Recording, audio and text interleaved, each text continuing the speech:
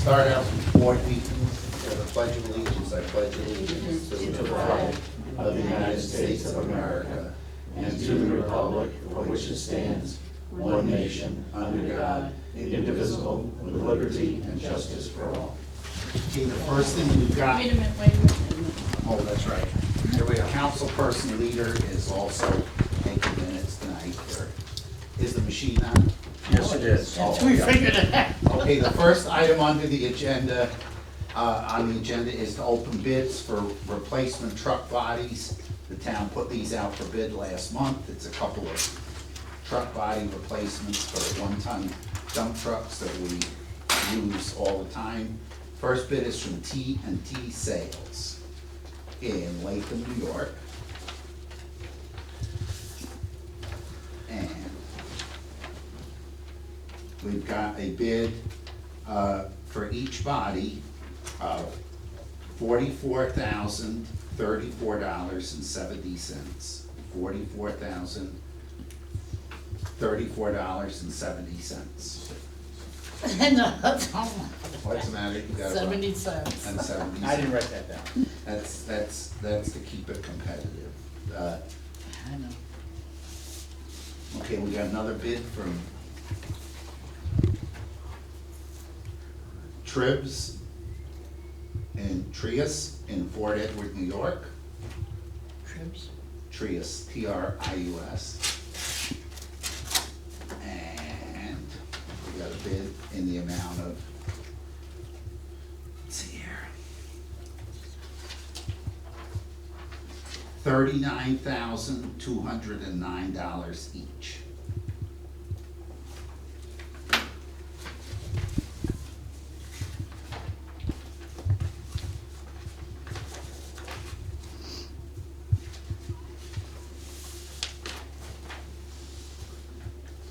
We got one other bid from Zwack in Stephentown, New York.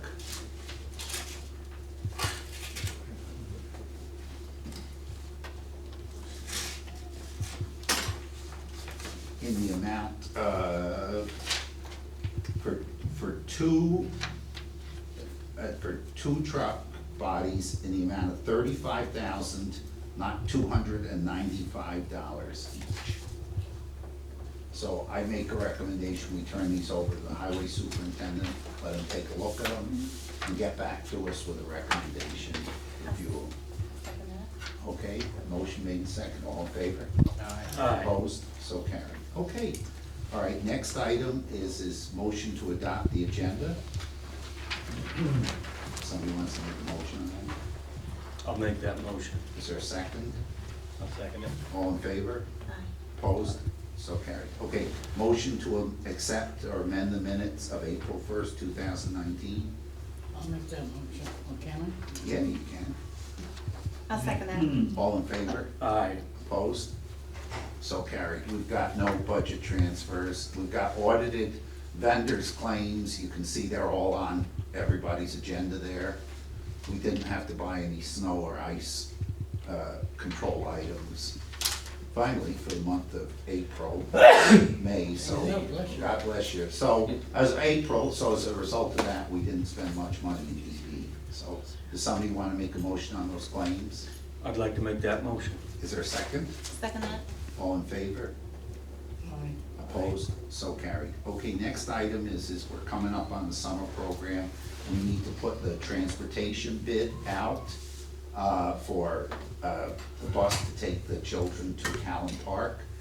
I got a letter from the supervisor of the town of Chatham, said they're willing to enter into a contract with us again for the summer swim program. So we need to make a motion to seek bids for this camp transportation. I'll make that motion. Is there a second? I'll second it. All in favor? Aye. Opposed? So carried. Okay, we took care of the truck bodies thing, we've taken care of the bills. We don't have anything under correspondence. Public presentations. Okay, I got a lot. you have the floor. You can take it. Okay, first of all, okay, I went to a lot of my meetings, the CSA and a couple of the others, and I want to put this out there. It is our training for the CRPA for certified recovery peer advocates. And they have a couple different dates here and what we have to do. So I'm gonna post this, which is a great program, and it's funded by an opium grant that was given to them in 2018, which is really different. We'll talk about that other meeting that we had. And then, on the KISS program, we did Earth Day on April 20th through Warren Applegate and through the office with Holly Tanner, and we actually had 6 barrels at Mario's, and they were full. We actually did over 1,400 pounds of paper for that day, which is quite a bit. Pretty good. Kinderhook is the #1 town that seems to have the most paper for recycling. And so it really came out good, and the next date for that will be June 10th to the 28th. And the barrel's always full, we always have to replace them here in the town, and be over here in the lobby of Felicia. Now, for Mr. Grattan's purpose, I was being nice, and I attended a CAG meeting over in Nassau Library for the Dewey landfill, lawful landfill. It was very interesting. Elizabeth Murphy from EPA was the facilitator, and there was a panel discussion on the landfill. They found another spot that happens to be contaminated, and it's getting worse instead of better. So the supervisor Skodak and the mayor of Nassau would like to try to facilitate some water towers. But who's gonna pay for them? And that is the biggest issue. We sat there, and you can point all you want at the fingers, but the sad thing is, there was a woman on the board that was there at the meeting, that her well has been contaminated as long as she's lived where she has. And even though after they changed the filter, they get free filters, a week later, it's contaminated again. So it always comes out clean whenever they put the filters on, but after that, it's contaminated again. And there was other spots, and we brought up where Holt's Corners Road is, where Alan Smith's land is, you probably know where that was. Vaguely. And where the Camp White Oaks was. There was a big camps over there in the hills of Nassau. And that was all contaminated land. Now, I remember the man when they capped the landfill back then, when they put the caps on them. He was very adamant about, it's fine to cap them, but he wanted outside of the perimeters to be tested. And unfortunately, nobody would do it. And that's where it all is contaminated, is outside of it. And we all know water shifts, it moves around and everything. So this CAG development meeting has a group of people that are willing to spend the time and to get validation from other members and other people in the area that are affected by this, and what we can do to solve it. There's a mission statement that we worked on very extensively on what to do, and we've already put out contacts with other agencies to get the ball rolling for this.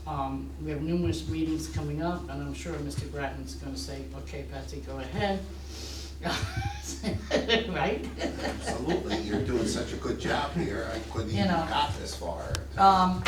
The sad thing is that we all remember, people over there remember it, but nothing has been done, and what was done, people got paid off. People, I don't think you know that, people that were affected in the area all got a settlement from GE years ago. And they still, some of them still might live there, most of them did die. And not saying this, it's why that happened, but it's a big, big issue, and it's getting worse. Where he lived is now contaminated. His property that he actually lived on, is contaminated. His daughter, I believe they said his daughter still lives on the property. Somebody suggested she should have changed her name, but it's a big issue, but we are trying to solve it. I mean, work on it now again and open it up. There's a lot of hurdles to go through. And then the thing is the membership, we figure out who should be on the board and so forth. But the mission, we have to have this mission, and we really solved a lot of that night, and we're gonna go forward.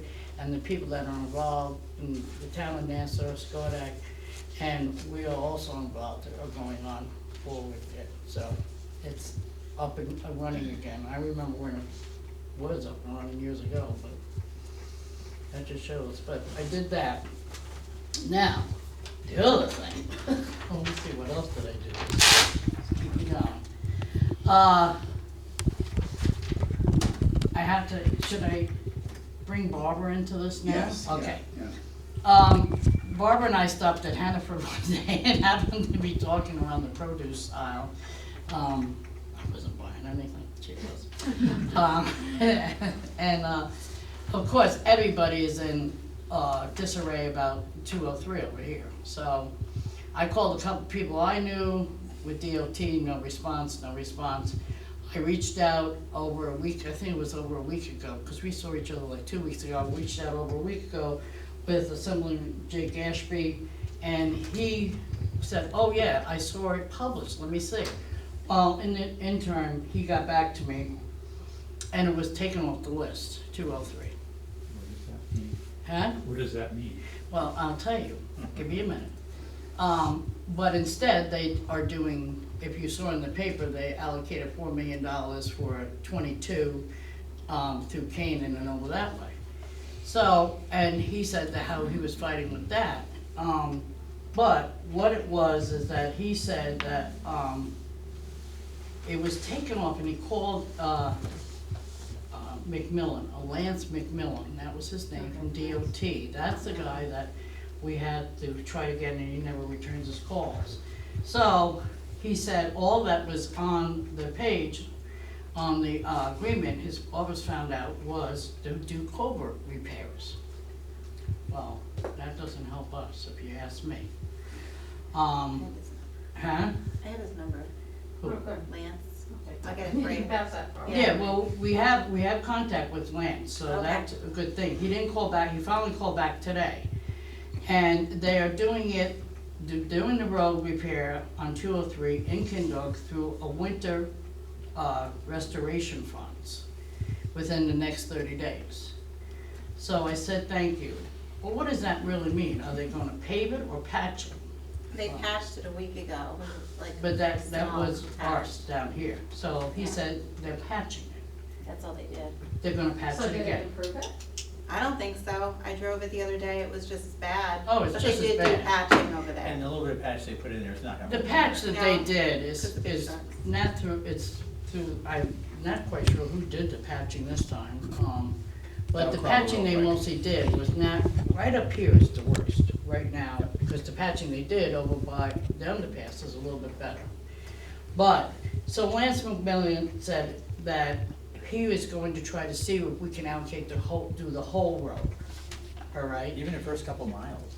But, like Canaan, same thing there. We have to be on them. How many letters did we send them, Pat? 4 already? All right, so, what I think that we are going to do is set up another thing and have Barb spearhead some of her group and so forth, and just keep pushing them, because if you get off their case, they won't do it. If you stay on their case, they'll do it, more or less. I'll stay on the case, I don't care. I mean, I wanna take them down here and have them drive it. 6 o'clock in the morning, you'd think I'm drunk, cause I know where every pothole is and every way to get out of it. They did that, Tom Story, right before he came to our meeting, Did what? drove that Oh, with well, Adam, when yeah, Adam was there. but it doesn't, but what have they done? Nothing, Right, you know? Well, but I think as long as they're in the area and they're gonna be paving 22, and they aren't just doing patching here, I think we need to get them before they stop patching, if we can get a hold of somebody. Patching isn't gonna do it. It's Well, I know cold that patching. The before sad they go thing, any farther and do Right. any more patching, because they'll say, oh, we just patched it, we're not gonna do it anymore. So right, and that's why it looks like what they wanna do. So I think that we have to really Steerhead and Bob's willing and I'm willing and whatever to get behind them and assemble in Jake Ashby and his office. I got an email, I'll have to forward it to you, about what they actually have and the funding and everything else, and that now they wanna put it through this other funding, winter restoration, so. I mean, I'd like to get some more facts about it. I'm not as familiar with that end of 203 as I am obviously at my own end, but just to get the mileage on from where to where you guys want it done, and, you know, who else is involved in names and numbers. I don't think having, I mean, if anyone in this part of the community wants to, if you feel there's another. There was a advocate. couple of people that reached out to me also, and I was helping. Because I don't think the people on the other end are gonna really, The people on North Chatham and before North Chatham, before the horse farm, Belinsky's there, it's not as bad as right here Right. and so forth. I just mean that like, the other three, well, two of them will be very helpful, but like, I don't know that Kate will wanna stick with this. And I'm not saying that any committee should be formed, I don't know if that's how it works, I don't know if I No, I can think make if some you phone work with calls. Patsy and sort of get Yeah. your oar in the water with this thing and get a hold of some of the people, and there's another voice, and it's not just a public official, I think Yeah. Patsy's got the right approach here, you gotta keep after him, that's the squeaky wheel gets the I grease. found We had it out- on TV the other day. I know, I found out in between that I have a family member with this DOT. Oh, sure. I didn't know. Well, I mean, I'll certainly And I'm use the numbers willing, that- I'm gonna reach out to him too and Yeah. say, hey, you know, I might be a great amp, I am great, but you know, you better do something, which, you know, which I found he just got promoted to this job, so I think he needs I it. will go through the people that I have in here Right. and see if we can get anywhere. Again, it's. The only way they were able to get that 22 done, Jake told me, was because it was a bipartisan work effort, and that's what you gotta do, you just So gotta who all work. chose 22 over 203? Huh? Who chose 22 over 203? The state. The state did. Mhm.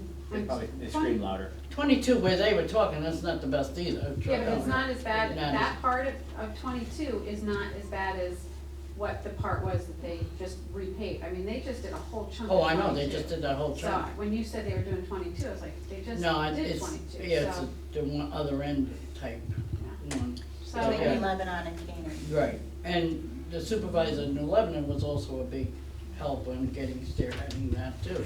And that's what we have to do, we just have to keep, you know, yeah, I mean, I didn't wanna go forward with this without you guys being on board. I don't wanna speak on behalf of, you know, you guys, because a lot of times they won't give me information. They'll say, well, you know, who's the supervisor over there?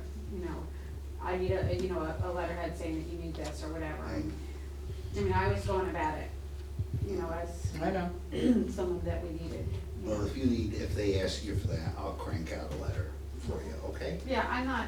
No, you we'll just- send it So on. you guys just pass me what you have and I will be glad to. I need do your it. email, cause I have to forward you a couple emails that I Okay, got. I'll leave it. Okay? Yeah. And so forth. And then, my last thing would be for Mr. Howard to tell us the next thing that we attended. Yeah, so we had a meeting with regard to the buildings at the State Farm Complex and, you know, their potential usage. And if you recall, one of the issues that we face whenever we look at using those buildings is that the letters patent which convey title to those properties, to the town, follows the public lands law of the state of New York, and it has essentially a covenant and restriction that runs with it, that limits the use of the land and the buildings for recreational opportunities, certain mental health work, I think some senior care help as well. And one of the things the committee was contemplating was potentially using one or more of those buildings for like a children's museum, an interactive, you know, sort of museum, and trying to raise funds through a separate 501c3 to facilitate it. And what I recommended to them is, with the town board's approval, I would write to the state of New York to tell them what we're even thinking about,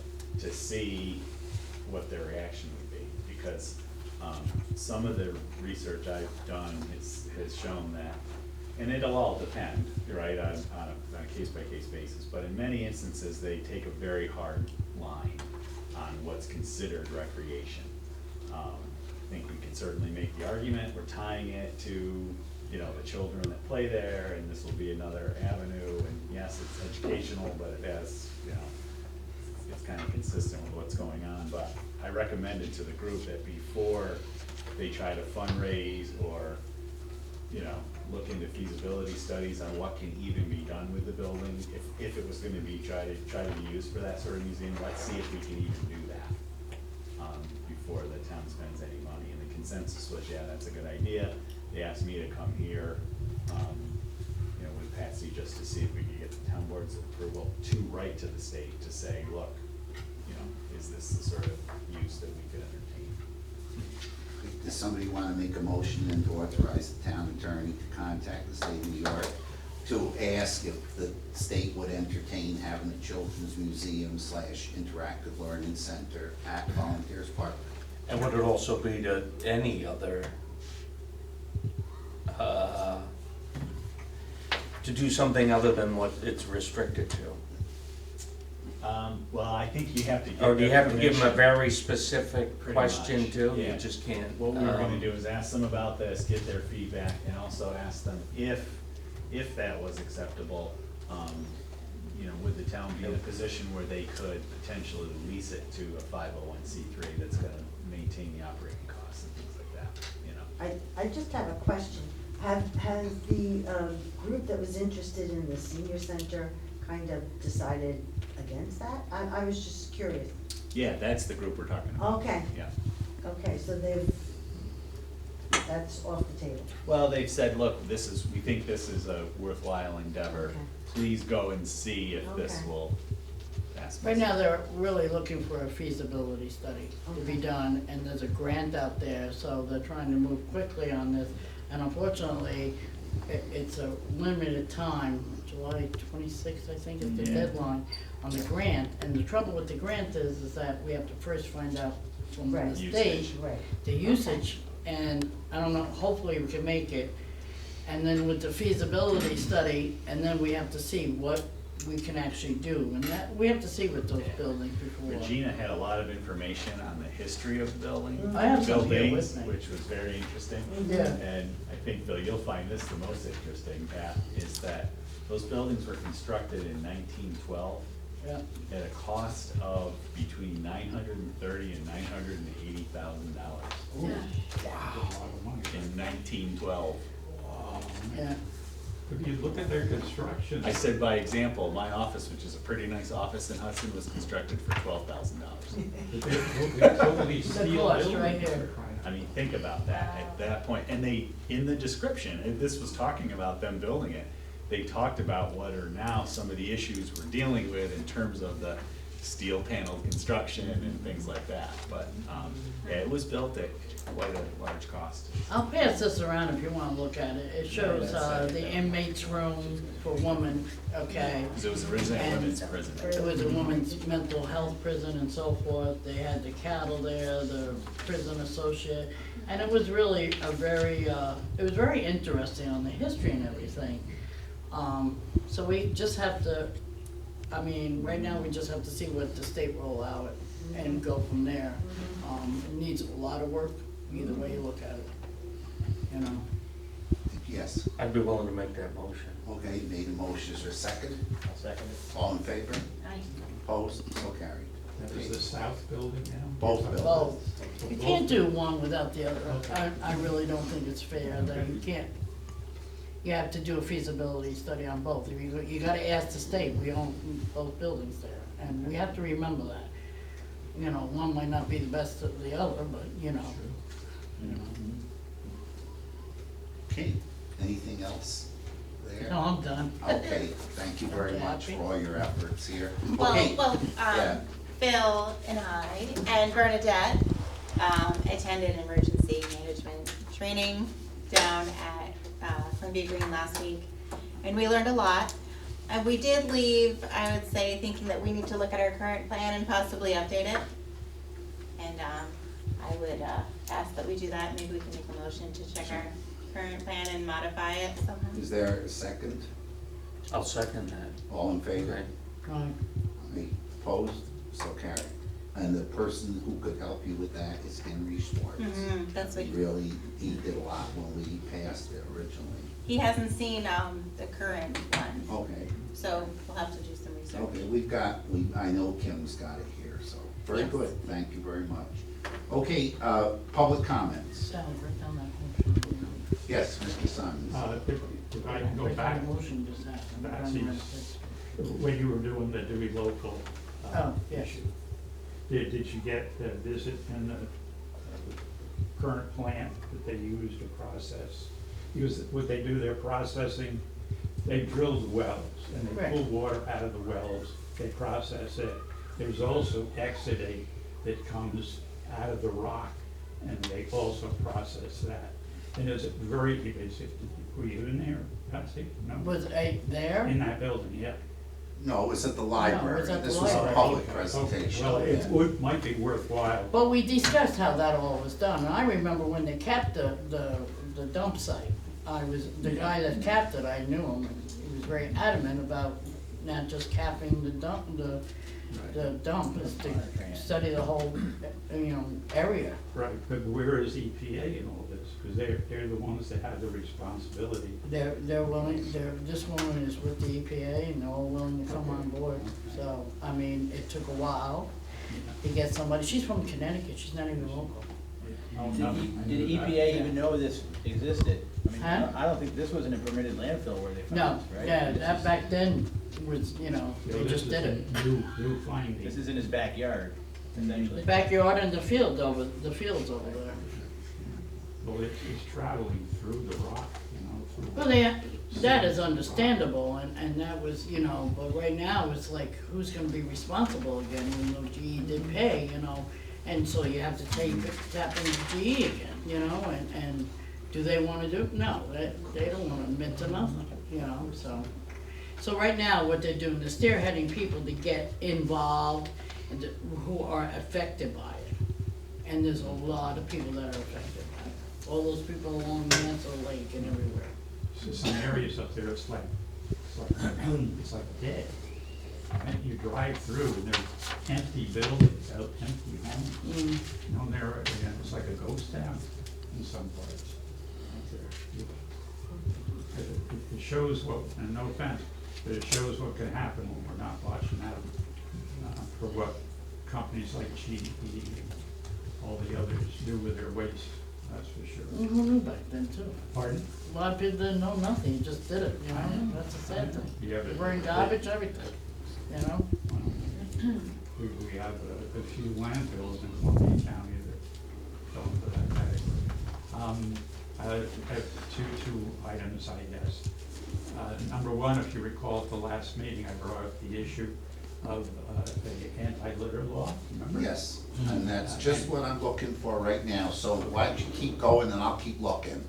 I did research it. Okay, so it sounds like you got that one covered back. And Oh, you don't- I've got as a matter of fact, I'm right here. Okay. We have got, for litter on highways and adjoining lands, vehicle and traffic law, 1220, can issue a ticket under that. Penal law, 14550, also deals with littering on railroad tracks or the right-of-way. Town code, section 158, deals with littering townwide, and under the county law, we've got local law number 2 of 1989 that provides for a $250 fine. So we got 1, 2, 3, 4 laws. That's great, that's true. I was unaware of that. I wasn't either. I did a little research and discovered that, yes. I must say, it's been much better, but, let's see, if I can remember. Fisher Road, Carol U. Blacker, Carol. Right. Some years ago, she volunteered, and she learned a lot about, because there were people that used that road that routinely littered. I know. Okay? And we have somebody that's writing articles that appear, they appear on public radio. I don't know whether they publish or not, but anyway, he is in the Ghent end. He essentially a Fisher Right, Road. right. And he finds the same thing, Mhm. that there are people there that are littering, they throw the same stuff out, pretty much the same stuff out. Would be good, you know, to nail their rear ends, I know. you know? You know, the problem is when they get there, unless they can find an envelope or they can find something to identify the dumper, is that it's very hard to get somebody. I mean, we have had people arrested around here for litter, for dropping stuff off on the town property, Volunteers Park, you know. But, you know, it's a lot easier to watch property today than it used to be. Many years ago, my son Peter down there in North Castle, there was an issue of whether people had planted pot on property that belonged to IBM. So they set up cameras in the trees. Boy, they got them, all right? Today, you get these little miniature cameras that cost you almost nothing, that you could use, I suppose, to watch particular areas. So it depends on how badly you feel or how strongly you feel about people that litter. Some of us feel more strongly than We others. got cameras up in Volunteers Park because of vandalism. Yeah, that's good, that's good. The only other issue is the natural resource inventory. Some of you may have seen it. This is what it looks like. It's a heavy document, okay? And Pat, you got it electronically. You should have gotten a hard copy. Yes, I do have one. There's one up in the office there. I believe Okay. that's where it is. Yeah, good. Well, I don't know. The idea was the planning boards would get one. Oh, okay, you did, planning board didn't get one, I assume they. Well, if they haven't, they should be getting one. Oh, This morning, I distributed ones for the two village planning boards, that is the village of Kinder Road, the village of Valatia. So they have them, but, I mean, it's almost 300 pages. And if you like graphs, if you like maps, it's phenomenal. If you want to know if in your yard it would be good to put up a wind turbine, there's a table there that'll tell you if it's worthwhile spending that money in that way. But it's the first one that's ever been as extensive as this. And Friends did it. By and large, it came out of the concerns of the Environmental Management Council. You can read that right there in the beginning. So I thank everybody. There's a lot of people who participated in that. And I must say, by and large, we're unaware of just how many really informed people we have in Columbia County. There's a lot of people, a lot of tremendous people. So, and that's what it is. It's really a people's document. Anyway, thank you. Thank you. Any other public comments? Yes, Mr. Means. Nancy, with the CRPA, you said there was training dates. Did you have any specific dates? Yes, I have them all right here. Oh, that's on there? Okay. Yep. All right, please. Gotta keep it? Yeah, well, yeah, I wanna post it, Oh, okay. because I was only able to get one copy. I'll make made some up. copies. We'll make some copies. We can make some before copies, before okay. we stick around when we, at the end of the meeting.